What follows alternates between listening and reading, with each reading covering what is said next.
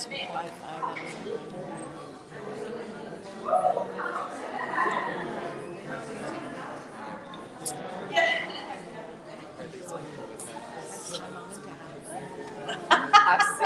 Now you do. Yes, you know it. Hello, welcome. So you can stand like right back there. So everybody. I don't know if those people sitting back there can see. Okay. So you need to be right there. Okay, if I could have everyone's attention, we're going to get started here. Don't stop helping your plate. Get you something to eat. I'm going to introduce our mayor of our city, Mr. Garrison. He's going to come and welcome and introduce our speaker. But I just want to say on behalf of the chamber and the merchants of downtown Hartselle, we thank you for coming. We thank the Freight House for providing this for us and opening up on their off days. I know the wait staff and kitchen staff came in on their off day and night to do this for us. So we're very thankful for that. So don't leave any food here. They're going to be insulted. Right. So we were open at lunch. They were open lunch 7 days a week, and then dinner and lunch Thursday, Friday, Saturday. So we thank them for staying for us tonight. Mayor Harrison, I'm going to turn it over to you to do what you want.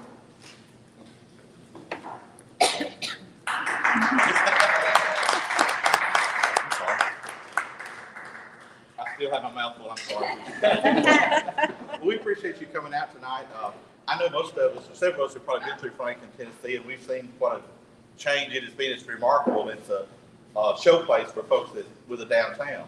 I was born here in 1962 at Hartselle Hospital, which is soon to be gone, but anyway. I've seen a lot of changes in the downtown area of Hartselle. I can remember, and my wife and Dwight, and who else can remember? Well, I don't know, when y'all move here? The Pearsons, when y'all move here? Okay, so you may not. I can remember that's the only place there was to buy anything.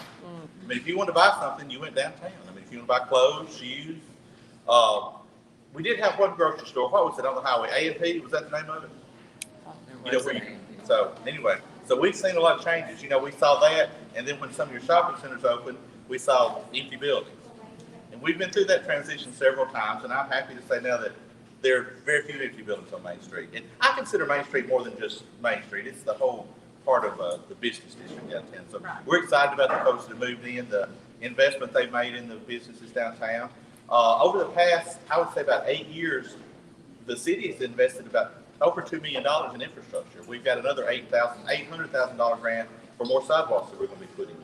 So we've got some more ideas. We're working on a green space walkway we're going to be doing, and we've got some more exciting things that we're not quite ready to share yet, but just keep your eyes and ears open because there's more good things to come. So we appreciate you coming. We're anxious to hear what you have to say. Yeah. Thank you.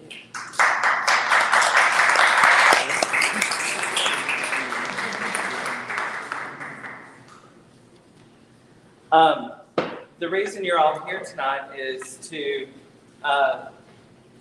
listen to and witness what's happened to Franklin and the people that kind of put that into place from two different angles. When we first started this process of trying to figure out what we could do in our downtown area to not necessarily change everything, but just take what we had and make it what a lot of us have dreamed for years that it could be and what it once was to the city of Hartselle, to bring that dream back to life. I guess to have a redream, I guess you could say. So that's why we're here tonight, is to hear that from the horse's mouth. What, you know, how it actually happened. We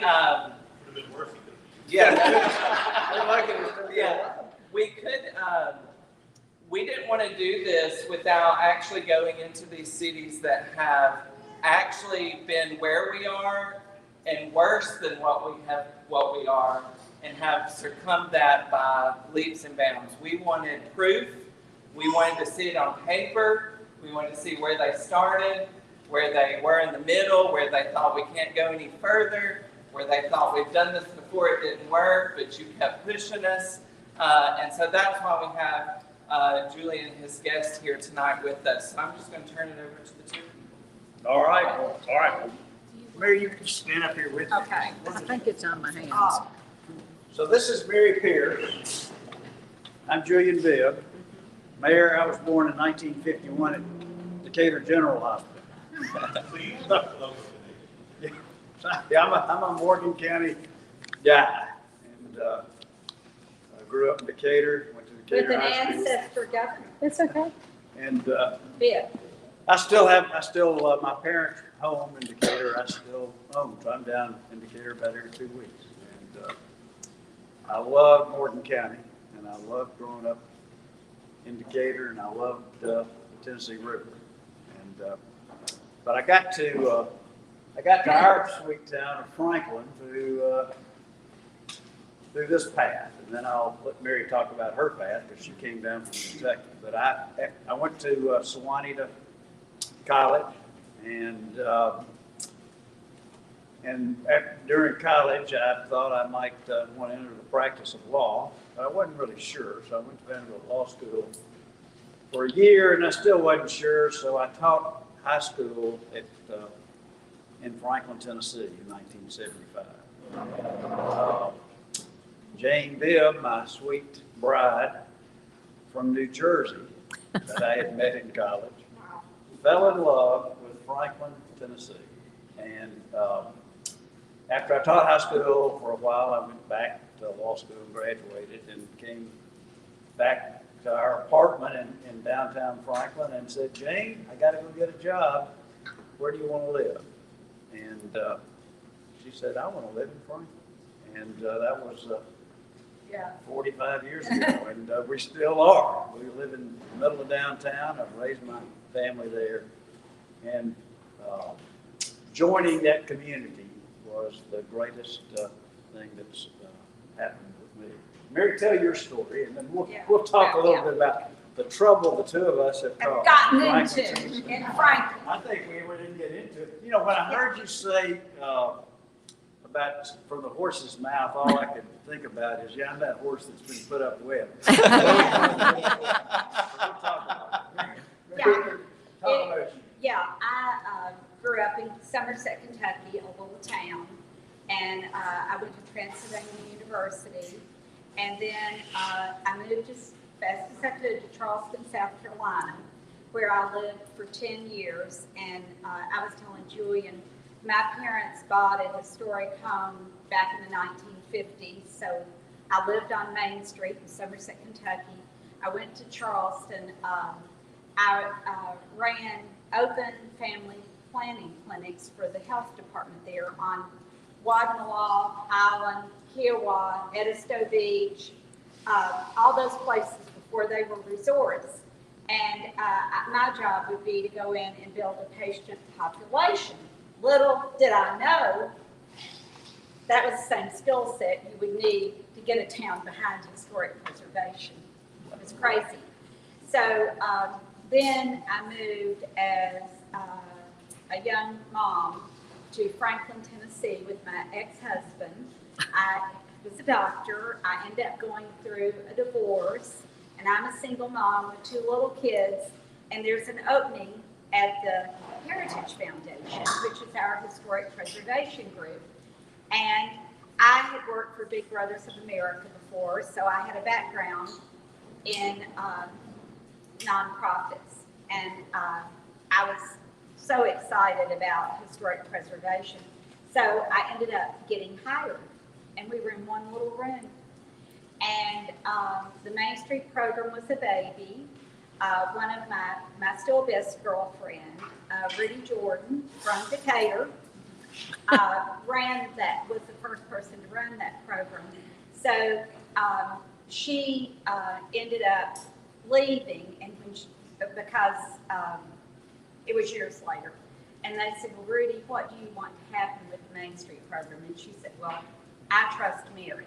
So the Main Street program became part of the Heritage Foundation, a division. And that's how it ran. I have become friends with the people who started the National Main Street program. I believe in it, and I was interested to understand that's something that y'all haven't done. So we'll chat a little bit about that tonight. But Julian and I go to City Hall. When I first started going, I mean, Julian had to tell me, I thought you, Mr. Mayor, that I thought the night they talked about it was the first time you needed to go. Little did I know that you had to be friends with someone for 5 years and understand where they were coming from.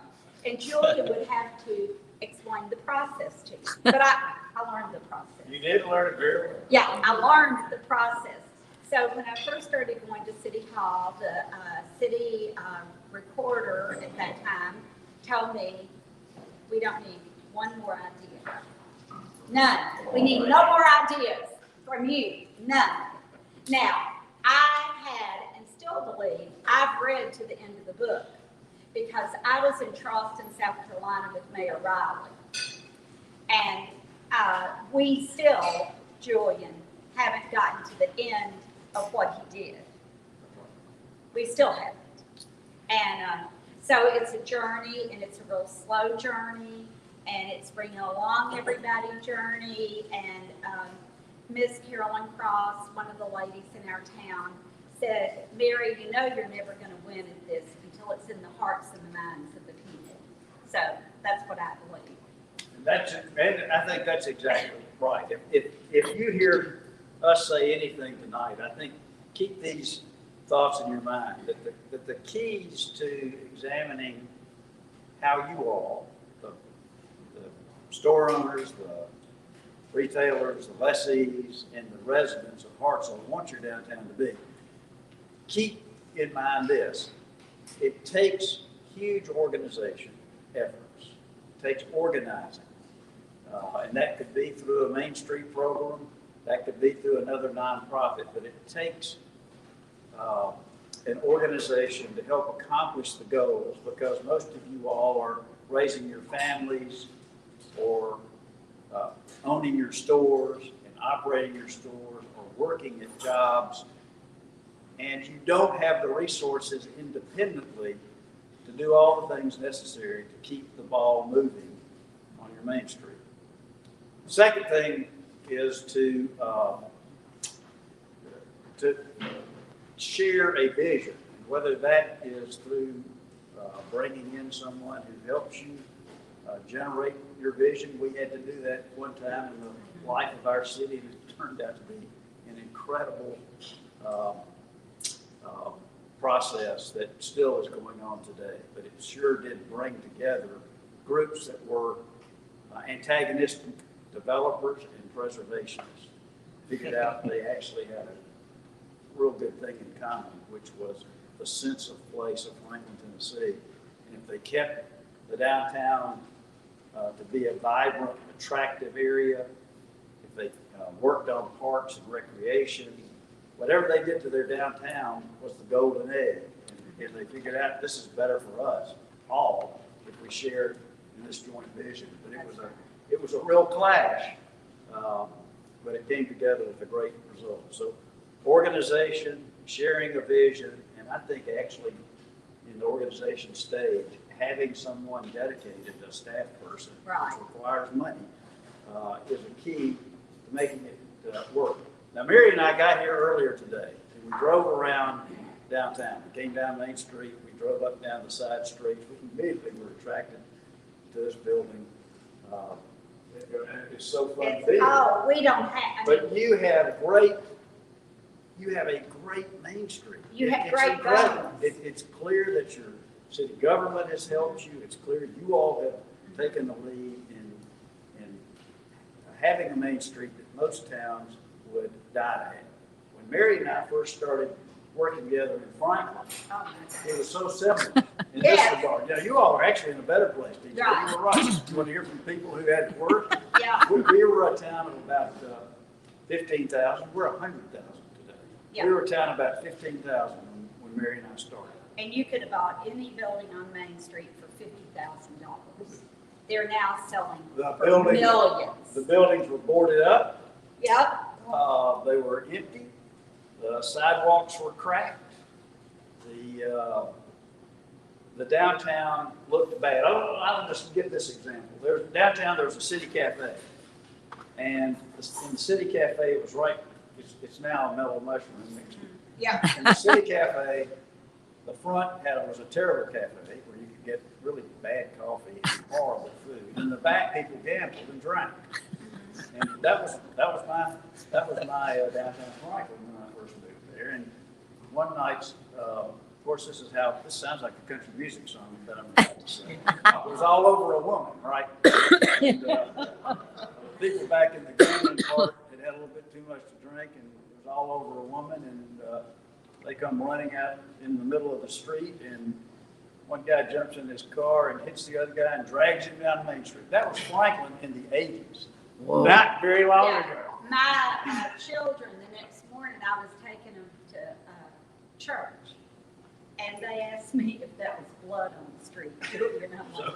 Yeah, it was up the street from where I So was. TJ, Hartselle is in a lot better place. Right, than that. Much better. Our downtown had 2 liquor stores and a hourly motel on top of one of the liquor stores. We had a lot of. And you urinated in the street It behind was one of them. bad. So all of a sudden, this group of, we were young back then. Yeah. We were really young back then. 40 years ago. Yeah. Holy mackerel, let me go back. Yeah, You know, Laura and I went to high school together at Decatur, and we went to church together all of our growing up days. And I wasn't really that far removed from all those at that time. But we had an idea. We had an idea about what this Main Street in Franklin, Tennessee could be. And the idea was to have a streetscape with overhead utilities gone and utilities underground. To have brick pavers on the front. We had awnings like you all did. Our vision was to take the awnings off, to expose the natural brick of those beautiful buildings, expand our sidewalks. And that idea, which was unbelievably controversial, people. we were building Sherwood Forest in downtown Franklin.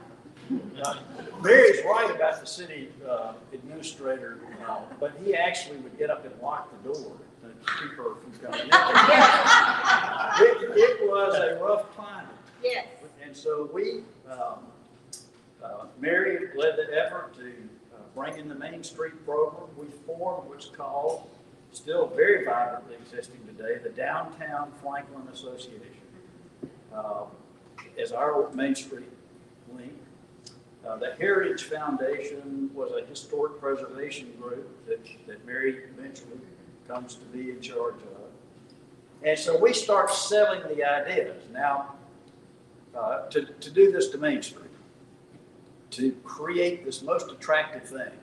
Right before, to give you an example, not only of people getting run over in the street and all the shenanigans happening at the liquor stores and hotel, motel, we had a plan. There had been a plan developed. Mary and I still have these drawings that Main Street should be closed down. with no traffic. With no traffic, and there should be, the awning should be extended so that it would look like a shopping mall. Yeah, That would have killed downtown. So thank goodness those plans were rejected. But when we presented our plans, the ownership of the properties in downtown Franklin, most of the buildings were owned by 5 or 6 people. So that was, could be a disadvantage or it could be an advantage. But you had to convince those owners. Now, I'm not talking about the lessees of their stores. Some of the owners were owner-operated stores, others had lessees. But you had to convince the owners that this would be good, that this plan would be a good plan. And then you had to convince their lessees that while you tore up the sidewalks, expanded and made the utilities underground, while they were going to go dark for a little while, it was going to boom into dollar bills later, right? So you had to sell that story. The people that most disliked the story was the city government. And that's why it's great that you all have a mayor who's here tonight, who's supportive of downtown, who's finding ways to bring in grants, because that didn't exist when No, we no. started. And I can remember Mary showing up and announcing this plan, and the city just couldn't stand it. No, And, but they challenged Mary to go out, and if she could get 80% of these owners of the property, they thought this was going to be the death knell of Main Street. If she could get 80% of the owners of the property to agree, they would fund the Main Street grant. I think it was about right, 65 or 80. yeah, then you're wrong. Well, she did. And I'll let you talk about how you did it. Because Right. that, it was the key, that started what we did. I'll stop back for a second. On a side street, we got the owner of the building on a side street right off of Main Street. So if you go to Franklin today, and call us, Yeah. we'll show you this. To let us do a sample, To right? build a sample. He didn't have electric lines overhead, they were across the street, so you could have a good vision of what underground utilities were gonna look like. We planted street trees, we tore up his sidewalk and put in pavers. If you go today, his street trees are the biggest ones in town, because this was the test case. And his sidewalk is still just as beautiful. But when people saw that, they realized, hey, wait a minute, This this is is what we not thought. so bad. These guys may have a good idea. All right, you talk That's about it. true. And let me say this also. Mary and I can talk online. We can You're- talk You're gonna online. find it. I grew up in Decatur, I can talk to all that. So stop Yeah, this. and And you if can we ask say these something questions. that makes Yeah. you think, I wanna ask them that, do it then, because your idea may get away from you. Right. So we'll go ahead. Yeah, but anyway, when we started wanting to do things like streetscape, and we found that if you did a model and the people saw, and little things happen, like I let a little water fall into the property owner that offered to do the sample, let me do it in front of his store. We sort of flooded the basement. We had little things happen, Julian. Because No good deed went unpunished. Yeah, that's a good- but we did get the street trees, we got the street lights up, we got the awning off, and I don't know, I look at Charles and I have kind of mixed emotions about that because yours hasn't been that long ago. But we did tours for kids to let them learn the history of downtown. We put the history of every building in the window so people could read about it and understand to relate to it. We did brick pavers downtown that people bought to help support the streetscape effort. Maybe it would be to support, having a Main Street Alliance here. And everybody just really started becoming a part of it. More people got elected to public office who believed in Main Street and believed in historic preservation and, oh my Lord, the fight for historic overlay zoning, remember that. But it's just, it's bits and pieces. The way we built the support was really one person at a time, calling on one person. When some of the people who had been in business forever, that was the key. When they joined the effort, then they were influencers on other people. I remember calling on the Chamber of Commerce, and she was smoking her cigarette, making Now, her. Mary, you're big film, but she's still around. Oh, really? It was making her tremendously nervous, but the chamber came on board, and that was critical. We called on different social clubs in town, like the Rotary, and they came on board. But it's just, one by one, getting people on board. And I think it's critical that it comes from the top down. So not to put any pressure on the mayor and elected officials, but they have to be completely strong and unwavering about where you want to go. And of course, I love small towns. I love main streets. I I think the other things you're gonna be able to, honestly, a lot of it order online. But you can never have the experience of going in a shop and picking out the bridal gown, and I just learned tonight with 7 other people.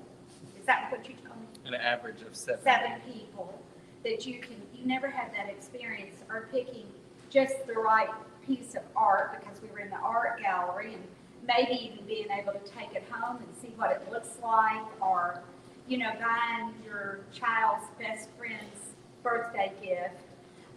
You just can't have those experiences online. And I hope that we do have a journey to save small town America. And it is one story, one success story at a time. It's just going to be the way it works. And Julian said it earlier, and it's so true, it is not fast. It is it's a slow process. Julian's always been good at reminding me that you need to celebrate every victory. So we've had lots of little celebrations along the way. I always feel like if it's not fun, you're not doing it right. So we tried to make it fun. We tried to just be very steady in the saddle as we got a setback, and oh my gosh, we got setbacks. It's really tough when you're doing improvement projects, because as you all know, if you've ever done a house or a building or whatever over, it gets worse before it gets better. And I think it takes a lot of creativity, and I think every single town is different. And money. It takes money. We got a long way with public-private partnerships. Is that true, Julian? Yes, I would say that Franklin has become, and Mary and I, over the last 10 years, have spoken to a number of communities about Franklin and its public-private partnership.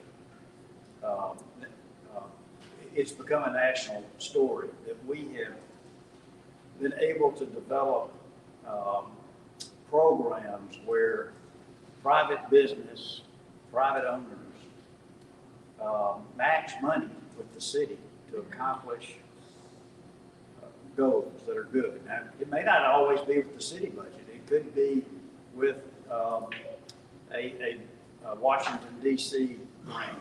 Yeah. But the public-private side of what's happened in Franklin is a remarkable story. I'm going to step back for a second and talk about some of the things that I see that are similar.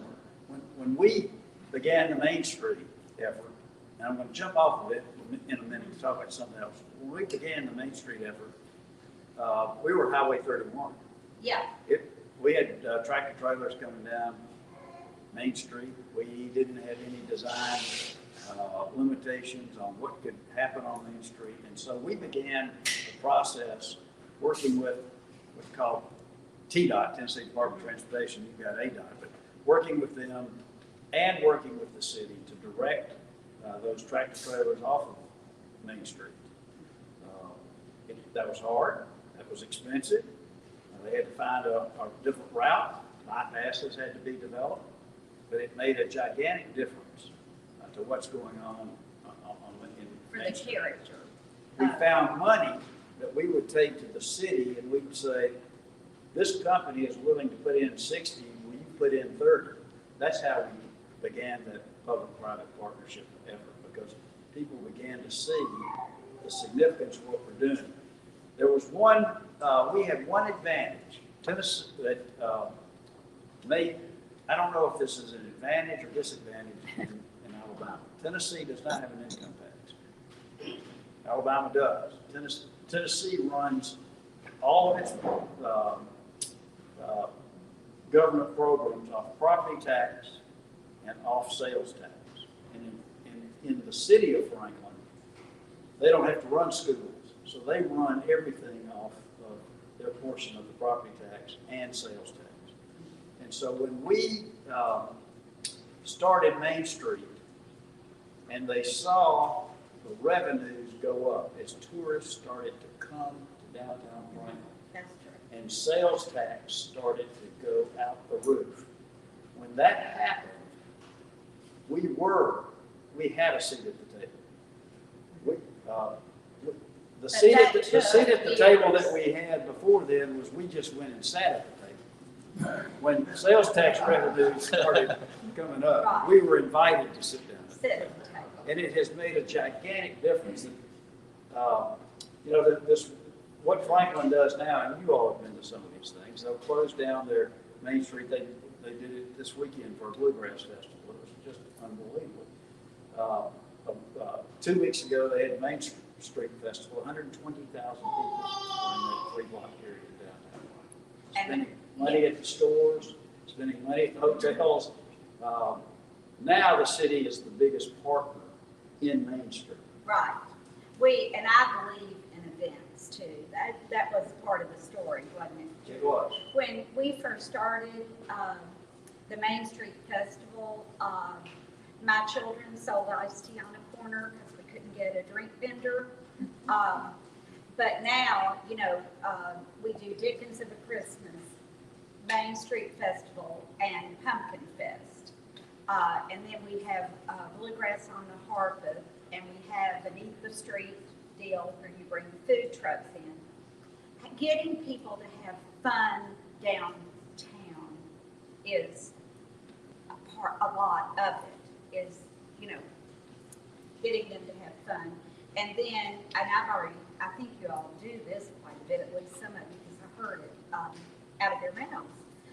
And when you get a person in one store, getting them in another store, and keeping records of when your sales are. It took us forever to get people to open up things at night downtown.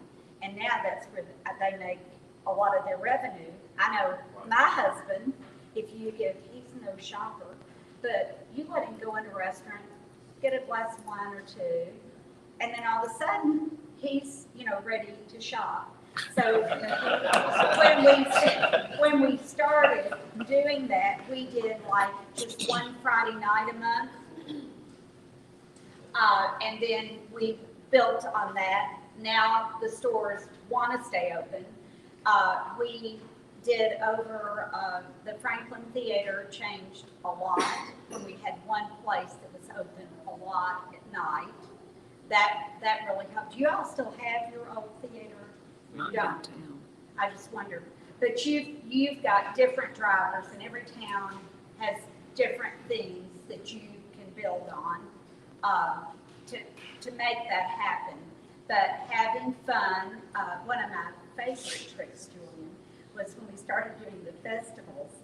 And my son went to Colorado State, and I was out there, and I looked out the window, and they were having a festival, and I see all these little girls on the stage dancing.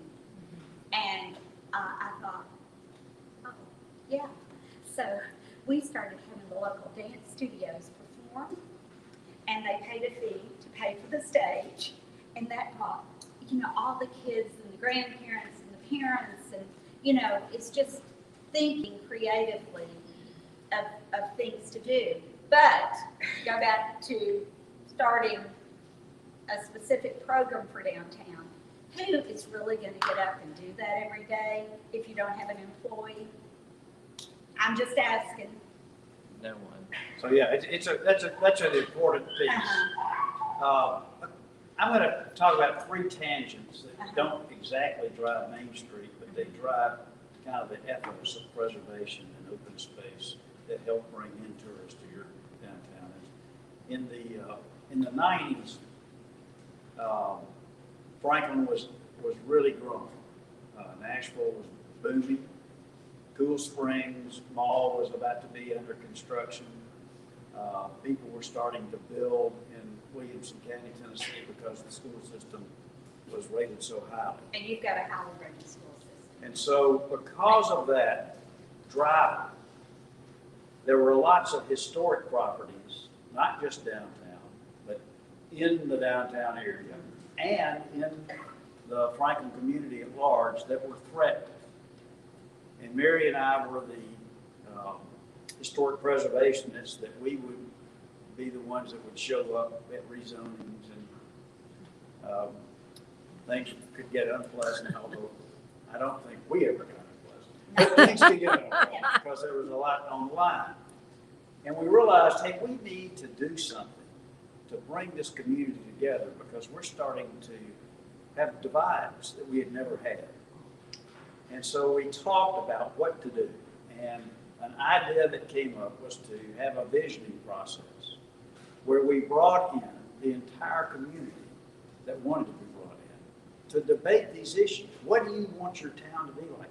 What do you want your town to be like 20 years from now? The developers thought they knew what the people were going to say. The preservationists thought they knew what the people were going to say. And we hired a company out of Columbus, Ohio, unbelievable company. They just a couple of years ago did this same process in downtown Montgomery. They came in and led this effort, and it was a months-long effort. First thing they did is they told all of us to be quiet. Us, the preservationists, us, the developers, us, the business people, and said, we're going to run a totally neutral, honest broker concept. We're going to find out what the people want. You all have access to Brian. We want to find out what the community believes about this place. And they did. It was a remarkable process. We would have gatherings in churches, in public schools, in common areas, nursing homes. And they went out and gathered input and took ideas. And then they had a time where you could come down to the Franklin Square and vote on your top 3 priorities. You got these little things to vote on, and people would try to buy them from you because they wanted to influence. They wanted to take your 3 and they could have 6. It was just an amazing process. But what came out of that was an ethos that people wanted to see Franklin grow, but they wanted it to grow in a way that it maintained its historic downtown. That was the Main Street. And it maintained its character place. They didn't care if new houses came in and big land tracts were developed into subdivisions. People could make money either selling or building a home. But they wanted the community character to be preserved. And it was an eye-opening moment for both preservationists, developers, and I would say the city council, that, hey, wait a minute, we can accomplish every one of our goals by working together, by doing things together that preserve the integrity of our community and also make it something that we're going to see benefits from for years and years to come. That organization is called Franklin Memorial. It still exists today. A lot of cities have visioning plans, and the plan, they got a nice little plan. It goes on the shelf in some planner's office and is never looked at again. Franklin is a vibrant planning organization. They meet, they bring these issues up to the public on an annual basis, and it has really made our community work well together. It eliminated a lot of those divisive issues between the community. You still have it. There's still some who get passionate on lots of issues, but this was a game changer. Yeah, I think it gave, I'll just say that I always felt like if I've got the preservation community mad at me and I've got the development community mad at me, I'm probably like where I need to be, kind of in the center.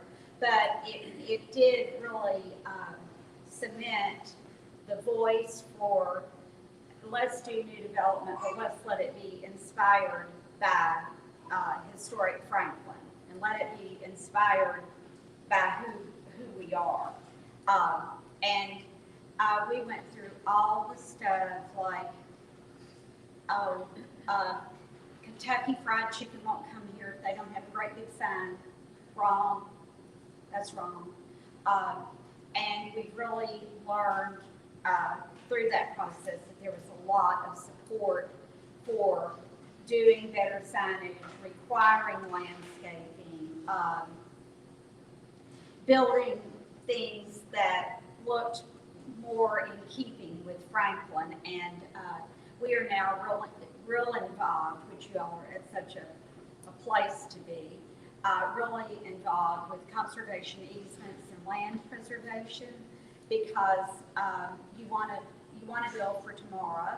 And I always have felt like I wanted, kept inspired in my heart, Mayor Riley from Charleston, South Carolina, who said, I want to preserve historic Charleston, not for the visitors, and trust me, they have plenty and huge tourism dollars. But he said for the person that on this earth, that will be the only experience they ever have. There are people in Hartselle that will never go, you're getting ready to go on a big trip. They won't ever do that. And there's a little guy in downtown Franklin who's in a wheelchair now, Brother Henry. And I'm sure he has never been out of Middle Tennessee. And he just loves being on Main Street. We've got a couple of handicapped people that can negotiate it in their wheelchair because we're handicapped accessible. I didn't really notice if y'all were or not. You are. And that matters for those people. So I think you need to, you're saving, yes, would you love people, a big batch of women to come here to buy bridal gowns and go to 5 other shops when they're here? Of course you would. But you also want the people that don't ever get to go anywhere else to have an amazing experience here. And, maybe see a product that was made in France or something. I mean, they'll never see it. So, events, do you all have very many events downtown? We have Depot Days coming up, which is our festival. Yeah. And then we do have a Christmas event that Good. we're actually going to beef up and expand this year. And then we are interested and have not really made headway on creating a Friday type Thing, monthly yeah. Friday thing. So, Yeah. And then of course our farmers market does bring people down on And Saturdays. farmers market is fantastic. It has been And wonderful for us.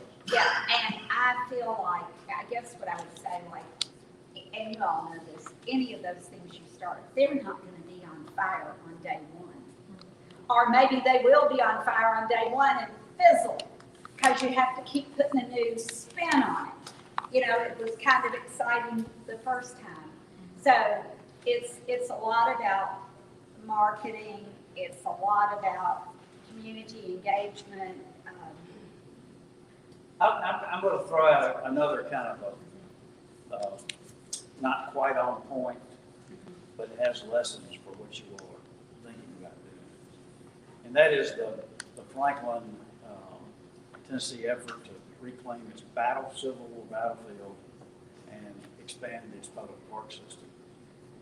When most of the time that Mary and I lived in Franklin up until about 2003, Franklin had a great Civil War battle that took place. And, But where's the Franklin battlefield? but we had no battlefield, and we had the Carter House and the Carton Mansion. If some of you all have been to those places, and we had Fort Granger.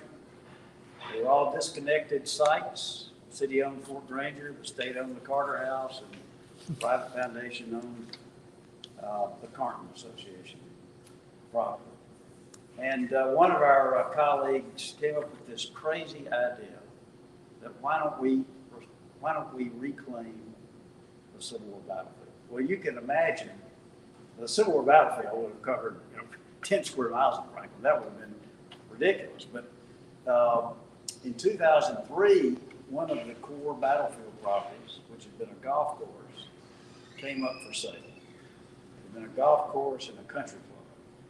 And they had run into financial trouble, and the country club sold itself to a private developer who then wanted to, when their lease ran out, was going to turn it into a townhome development.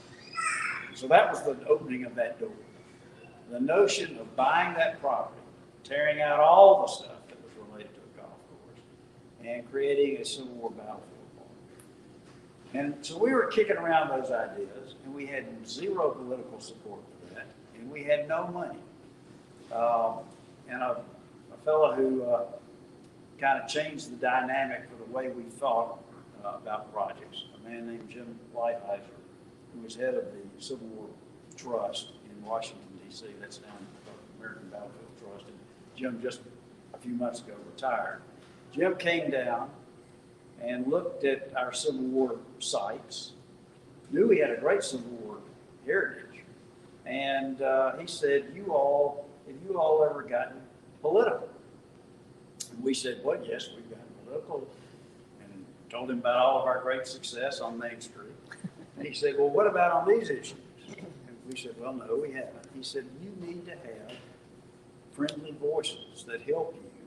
Your mayor needs to support your vision. Your city council needs to support your vision. And he said, they don't necessarily have to bring money. They just have to bring support. And he said, part of your money can come from grants that are available through the American Battlefield Protection Program, which was a division of the National Park Service. And so we presented this crazy idea of buying the golf course. Back then, in 2003, it was $5 million. We had zero money in the bank. But we started talking about it, and we started getting support, and eventually we bought it. And that was the start of what then became an even crazier plan. The main part of the Battle of Franklin happened close to downtown, right on Columbia Avenue, right where the Carter House was. There was an office building there. There was a Pizza Hut there. There was a strip center there. There was a Domino's there. There was about $12 million worth of retail property there. Over the course of the next 15 years, we bought all of that property with help and support from the city, grants out of Washington, and private fundraising. We bought all that property, tore out every one of those buildings. It is now park space. We then conveyed all of that property to the city, and the city owns it and maintains it. And there's not much maintenance because it's all open space, right? There's some cannons that we put in there, and there's some markers. But here's the impact. When we started that effort in 2003, we were bragging that 4,000 visitors had come to Franklin to see its Civil War sites. We're at about 200,000 now. When you multiply 200,000 visitors coming to your town for the purpose of enjoying your battlefield experience, they're spending the night at your hotel, they're shopping in your downtown, they're eating at your restaurants, the sales tax revenue from that is enormous. And so while that's a little bit different than the model of Main Street, those ideas about getting your city together to envision how this could work is incredible. And I'll tell this last story. There was a farm located close to downtown, within half a mile of downtown, right on Franklin Road, Highway 31, called Harlansdale. It was the Tennessee Walking Horse, a Tennessee Walking Horse farm, where the Midnight Sun, the mainstay of all Tennessee Walking Horses, had been raised and had been used as a stud horse for years. The family that owned that farm had divided. The parents had left the farm with 4 children. The 4 children were in their 70s, and so something was going to happen to that farm, probably a residential development. And here comes Julian, right? That looks like it ought to be a public park. And so off we go. We start figuring out what to do. And it took from 1999 to 2004, so that's 5 years of effort, to allow the city to purchase that farm for its fair market value, which was $8 million back then. Today it would be worth $25 million. The city bought it for $8 million, funded totally, and this is the result of all the preservation efforts, funded totally, not out of anybody's property tax, not out of anybody's sales tax, but out of a tax we put on hotels for visitors to stay. So it's called a hotel motel tax. That tax funded the entire $8 million purchase. So it was not a burden on the residents of Franklin. And now that property is an enormous driver of tourism. We'll have the Pilgrimage Festival that will bring in 100,000 people in September. There are lots of events that happen at that farm, but it also still retains its open space characteristics. it's big barn, it's side houses, it's A workers' kid houses. can fish in a pond there. You can, my grandsons and I go grab a cane pole and worms I keep in my refrigerator, and off we go. Yeah. It is a great place. It's right on the Harpeth River, so you can kayak. It's a remarkable piece of property. But again, the reason I'm bringing that up is it's not quite a Main Street issue, but it's that visioning process of how you can work in public-private partnership with your city to make things that are going to be long-term, great for your community, and that will actually enhance your revenue base and your tax base and not detract from it. All right, so we'll. Okay, I just want to say this, Yeah. and to bring it all back, the main driver to Franklin, Tennessee for tourists is Main Street. With all of that, it's still, Main Street is our largest driver. I mean, they keep doing studies, and we're the largest driver. And when we raise money to do improvements downtown, I've gotten an 88-cent donation, and I've gotten a $1.8 million donation. So, you know, it just takes everybody getting focused and working together, and it takes every single elected official getting behind you, because you can't have the drag. You can't. So we've talked a lot. We'll be quiet. Questions. So Yeah. if there's, and does anybody have any questions? Awesome. Yes, ma'am. Your parking for those thousands and thousands of people. I've noticed every time we come to Franklin, Right. maybe there's a new parking area that's been added. Yeah. That's a very big deal. It's a very big deal. And we lobby for the parking garages downtown. And the two that have been built were completely funded by the city and county.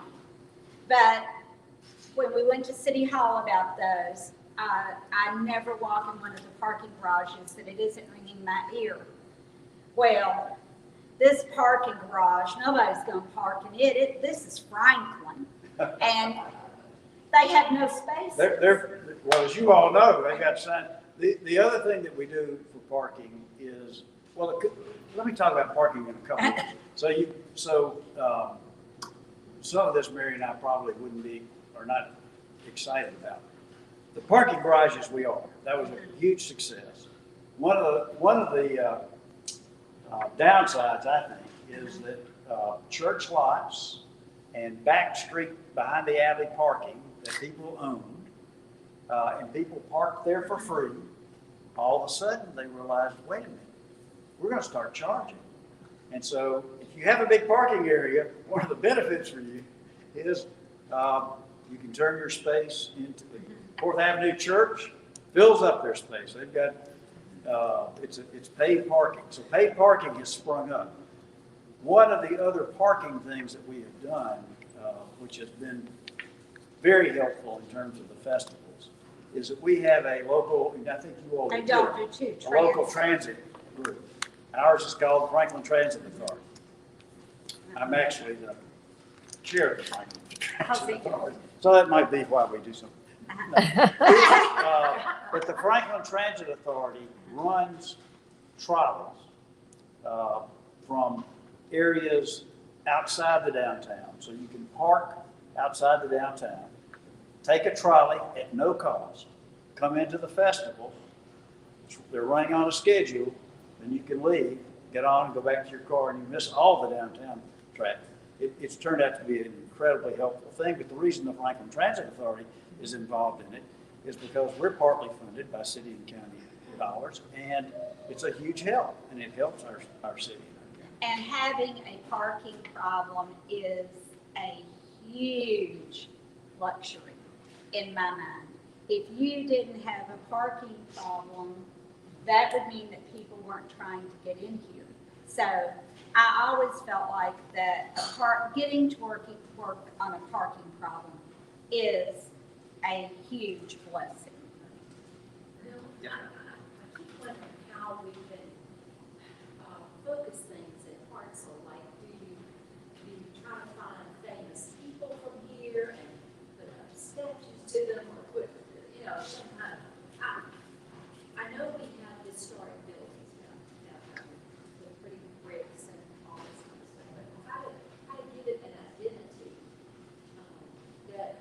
everybody would come off the interstate. Well, I think you've got it. Your downtown is beautiful, and so creating the most vibrant economic retail markets you could have downtown is critical. One of the threats to success, it also could be a threat if you hadn't reached success, is the use of those properties. There are lots of Main Street, there's lots of Main Street program advice on use of properties.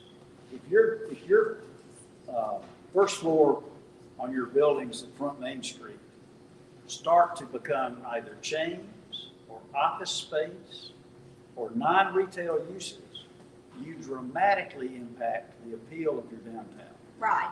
And we struggle with that, not so much on office space or other uses, but on chains.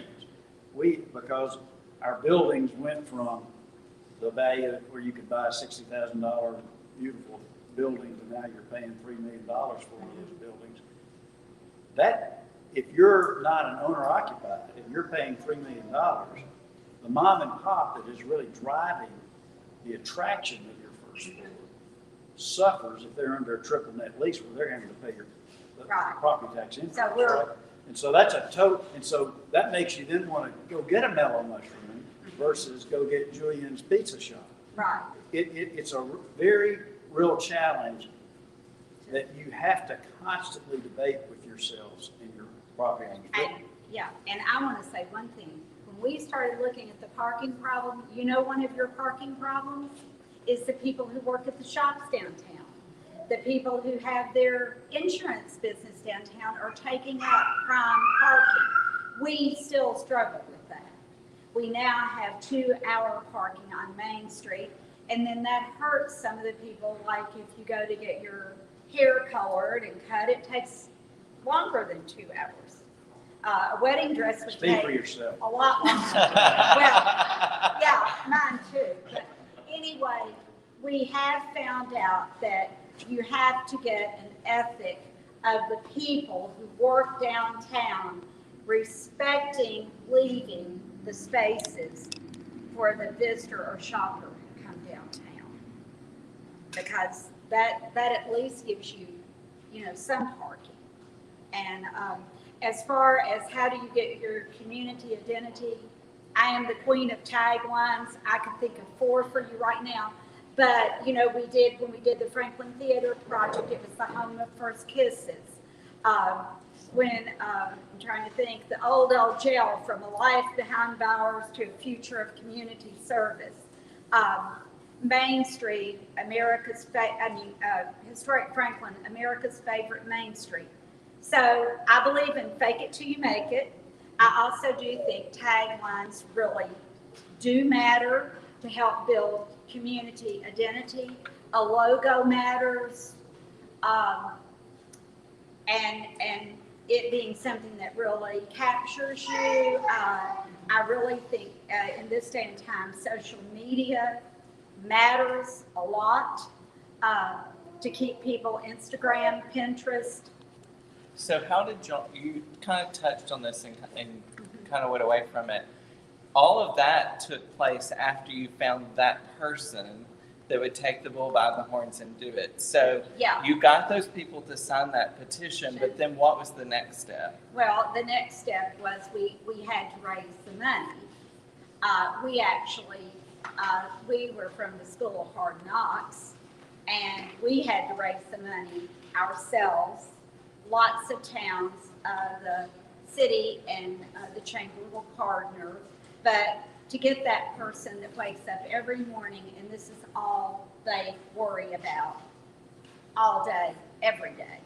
And that was how we did it. Was the Heritage Foundation funded that position, and then we started charging dues.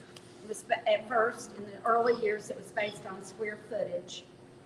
Now it's just a membership, and that helps fund it. And then our events, the revenue from our events funded. And in our particular case, just because of economy of scale, the Heritage Foundation, which was a local nonprofit,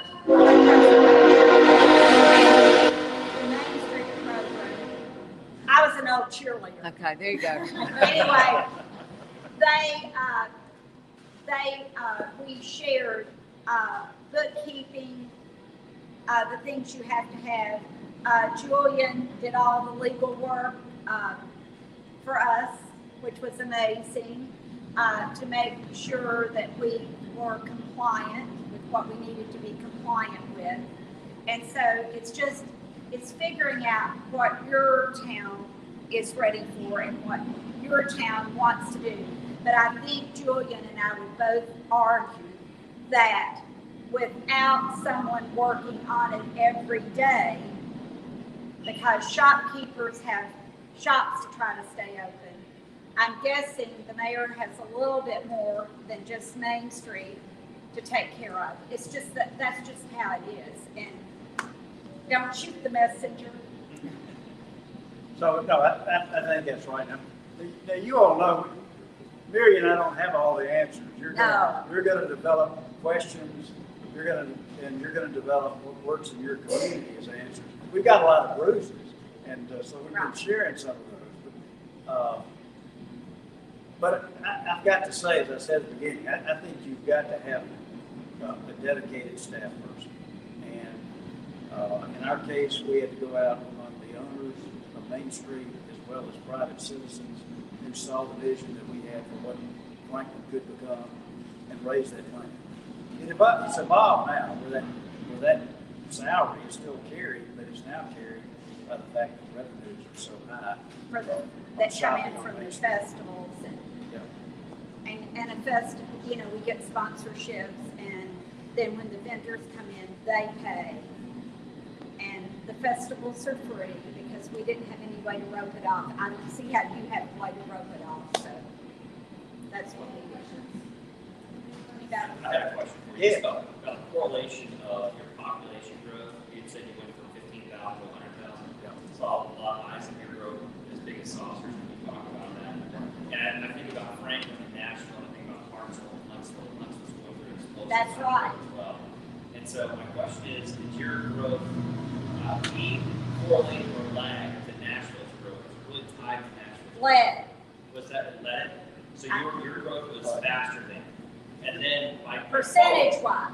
my follow-up question to that is, was it, so you're going to tell me it was because you're proactive in how you went about planning? Okay, I'm just going to say this. Yeah. I'm just going to say that when Nissan North America made their headquarters in Franklin, and when Jackson Life made their headquarters in Franklin, and who else, Julian? I'm trying to. There are a host of Yeah, there's a host of them. Okay. Snyder Electrical. Dave Ramsey. Yeah. When they, and now Dave Ramsey I cannot speak for on this, but the others I can. The secret sauce was the chamber was proactive with having land zoned. Our Land zone. Yeah. Land zoned Yeah. for that type of a business. I would say that the school system was strong. And then the secret sauce was you brought them to Main Street and they fell in love. So Main Street absolutely, don't you think, was part of the sauce? That that's right. Those places were attracted to Williamson County.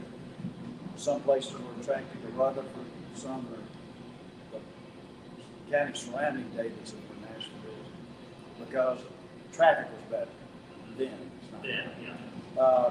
They were attracted because of the school system being something that they could tell their employees, you're going to get one of the best educations in the state. And then you had Main Street and all the things Franklin were doing to make, to retain its basically sense of place. It's parks, it's recreation facilities. And all of those companies would say, well, we just made the right decision. right. So were there communities around Franklin that lagged and therefore were hurt when Nashville was growing and turned into something bad? Well, I always think of Lebanon. Yeah. Lebanon had a Main Street, has good a location. same proximity. Gotcha. Thank you. But did the festivals come after the success of Main Street as a part? as a part of it. We were having. They weren't drawing 120,000 people. No. when they first did it. They might No. have- But their seeds were planted at the same time. Yes. Because that was part of the vision. That was part of being a Main Street program, that its economic vitality is part of it, and part of it is recreation.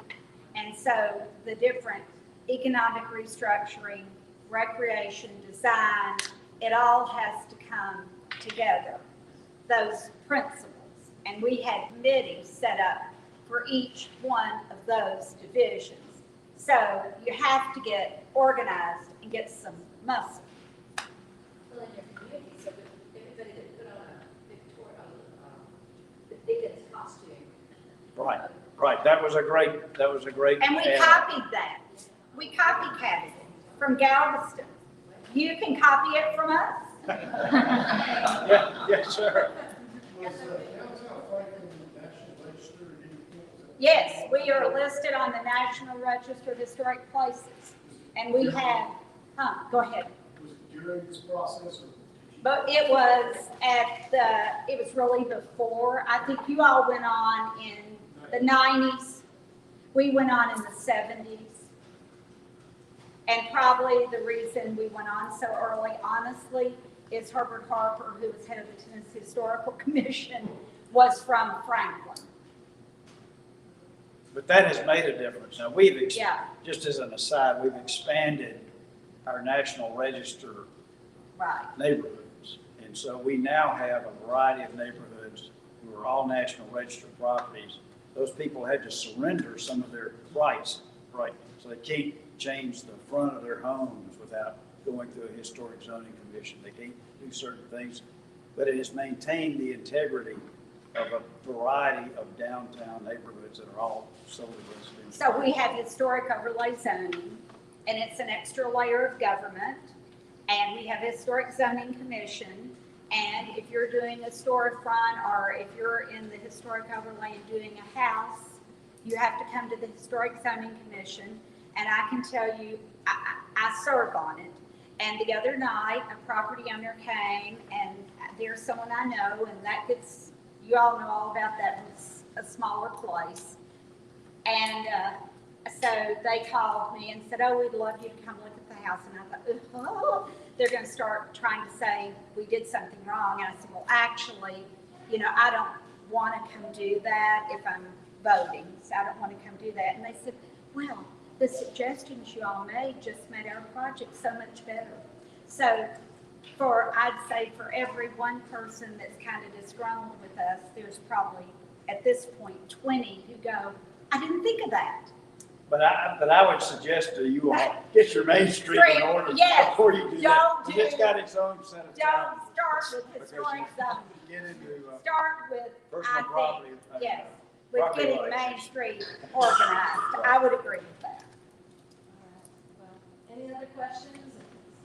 Yes, sir. Did you find that when your rent started increasing from your increase in business, that it was some use of the property in downtown? Like the office spaces, but it became too much for office space? It did to some degree. Yeah, A number of offices found other places to be. We also were able to develop a place where some offices could be on top of the retail. right. We also did residential development on top. And some of them went to side streets. And Yeah. lots of them went to side streets. But yes, when you walk down Main Street now, you see very little, there's one law office, you see very little office space. It's all now. Did you ever approach them and ask them to leave or move their business? No, the economics just drove it. Drove it, yeah. Economics drove it. And Now, we kept delivering a message that, the more retail we have, the better we're going to be. basically, the more retail you have, the better off everybody is going to be. Yeah. Either on property or. For making money. Where did the zoning come from? Did that come from the city or the The historic historical? overlay zoning, we drove that, and we had to get an 80% consensus before they would do it. One unusual aspect, the city of Franklin now has grown so large that they don't need this anymore. They have their own planning department for historic planning. They have their, different from all other planning, they've got an actual historic planning. But at the very beginning, after we were no longer a controversial, everybody wanted to be, have a downtown that was great and historic properties that were great.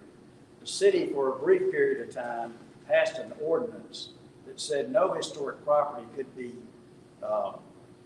altered or destroyed unless you gave notice to the preservationists. And so that gave us an opportunity to lobby every time there was some threat to a Right. significant piece of property. Now, that caused its own trouble, right? You can imagine that. But for the city, it said, we see the benefit of this, but we don't have the infrastructure in place yet. We don't have a budget. We don't have a salary for somebody to do that. Let's throw this over to that private organization that keeps bothering us.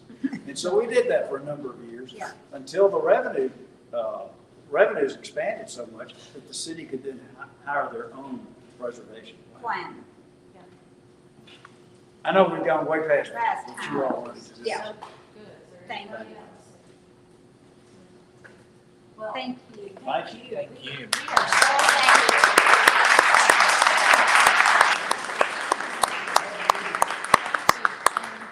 I'm just going to take about a minute and a half and explain kind of our, I'll call it a next step. We just appreciate what you said, and we hear, I mean, I took 5 pages of notes over there, so many good things that are already lining up with the conversations that we're having. I know Mayor Garrison and I started this conversation shortly after I got started in 2020, and we all together see the need to organize Main Street and to move it forward in a way that is benefiting more than just our Main Street merchants, that it's benefiting our entire community, because Main Street really is the heart of Hartselle. It's what defines us. It's what gives us our identity. It does become that tourist driver that brings dollars into our community that can help us become exactly what, keep in step and keep pace with the growth, and even drive the growth. So anyway, we are in this organizing process right now, and so what we're doing is putting together a nomination form. We have a group of chamber members that have said, we want to see this happen. Just to start the organizing process, we're looking to launch a 501c6, and we're going to call it a business league. And the representation, so we're putting together a board of directors for that. Let me back up a step. So we're putting together a board of directors for this business league. The representation of that board will be 20% of what we call out-of-district business leaders. That'll be private business owners, somebody like someone who's involved with an industry like Sarah Wire. We have Stewart represented here as part of our chamber board. It would also, another 20% would be public representation, which would be someone from the city or the county or the school board or the school entity or utilities or the chamber. And then 30% would be what we would call in-district business leaders, which would be folks that own and or run businesses in the district. We have in our conversations, we've identified some people that we'd like to serve on a nominating committee. They would serve for about a month and help to identify that initial board of directors, and then they would be disbanded and no longer have the responsibility of having to serve in that capacity. So we have put together a nomination form, and we want people in our community to begin to nominate individuals that will be on this board of directors. That selection committee will then look this over and develop a slate. They'll come back to the chamber just for a really, honestly, an amen.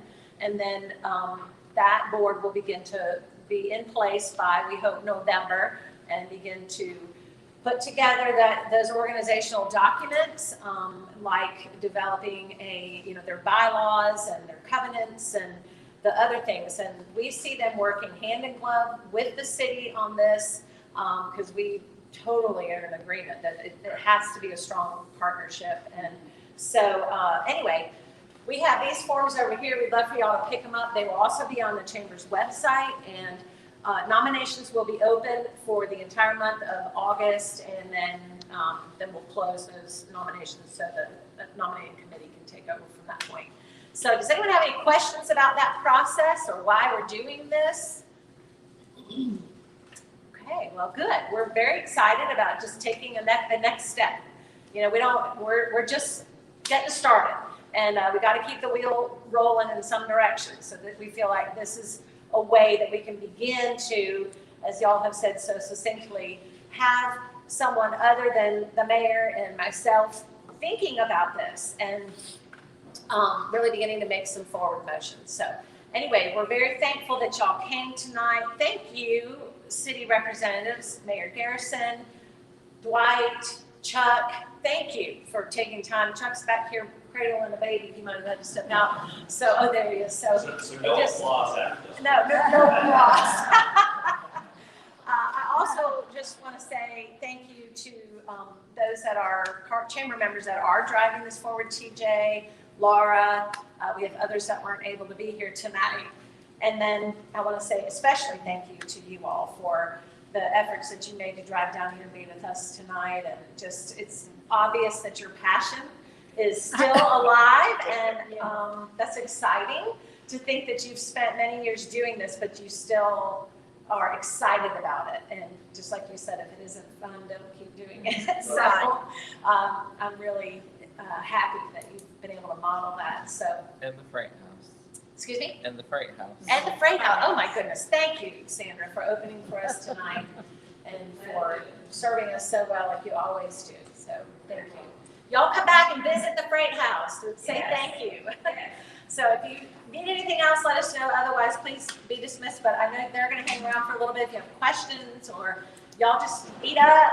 There's wine here and some brownies over there in the corner. So help yourself. Thank you. I would